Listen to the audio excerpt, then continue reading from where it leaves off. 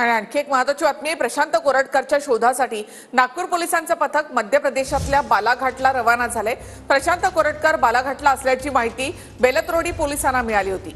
दुसरीकडे कोल्हापूर पोलिसांचं पथक देखील प्रशांत कोरटकरच्या शोधासाठी नागपुरात त्याच्या घरी पोहोचलं। कोरटकरच्या नागपुरातल्या घराची कोल्हापूर पोलिसांनी या ठिकाणी तपासणी केली आहे।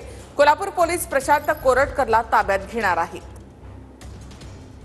प्रथमदर्शनी तर आम्ही त्यांच्या चौकशी समित्यांना आम्ही ताब्यात घेणार आहे। तिथून पुढे काय तपासामध्ये काय निष्पन्न होते त्यानुसार प्रयत्न करणार। अटक तर केलीच पाहिजे, त्यात काय प्रश्न येत नाही। मी आता सांगितलंय आणि करतील अशी आपण अपेक्षा करूया। कुणावर तरी कडक कार्यवाही होऊन एक उदाहरण झालं पाहिजे किंवा हे प्रकार छत्रपती शिवाजी महाराज असू देत, संभाजी महाराज असू देत, नाहीतर देशाच्या स्वातंत्र्यामध्ये असणारे सर्व महापुरुष असू देत, ह्यांच्यावर आपण बोललं की कार्यवाही कडक होती।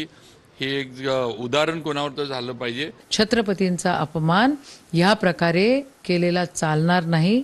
महाराष्ट्रामध्ये या देशामध्ये छत्रपतींनी जी शूरता दाखवली त्याच्यावर प्रश्नचिन्ह जर कोणी मांडत असेल तर महाराष्ट्र मग महाराष्ट्राच्या हिशोबाने उत्तर देईल। छत्रपती शिवरायांची बदनामी करणाऱ्यांना अभय द्यायचं, कारण तो आपल्या कुळातील आहे म्हणून, आपल्या पक्षाचा आहे म्हणून अशा पद्धतीनं महाराजांची बदनामी करण्याला अभय द्यायचं। त्यांच्या तोंडातून त्यांची तोंड का शिवली गेली, का निषेध केला गेला नाही?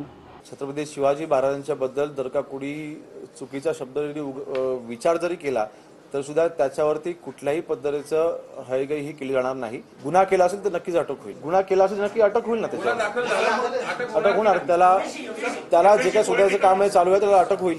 खूप संवेदनशील विषय आहे, कारण छत्रपती शिवाजी महाराज, शंभूराजे आणि महाराष्ट्राच्या अस्मितेला एक धक्का लावण्याचा प्रकार आणि खूप घाणेरडं विधानं त्यांनी केलेली आहेत।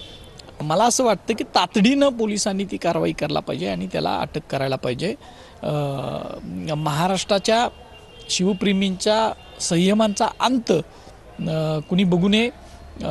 कोण झारीतला शुक्राचार्य त्याला वाचवतोय का हे सुद्धा